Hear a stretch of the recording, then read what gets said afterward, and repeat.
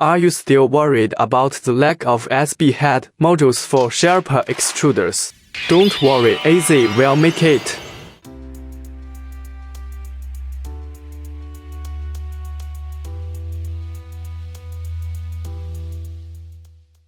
Hi everyone, this is AZMod. Recently when I was browsing the web, I accidentally found a small and beautiful extruder. It's from Physac all-metal Sherpa extruder, made of high-precision CNC. Due to its all-metal housing, it has less temperature resistance and inertia. In addition, a metal fitting with Teflon tube has been added to the original version, making it more convenient and durable. The gears are made of hard steel, providing better meshing performance for the helical gears. The motor uses an A2 Moons 36 circular kick motor with a higher transmission ratio.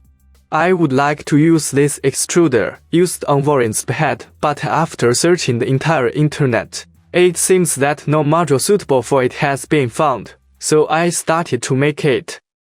Wait, are you sure you don't want to subscribe? 2,000 years later. This is mod designed for Sherpamini.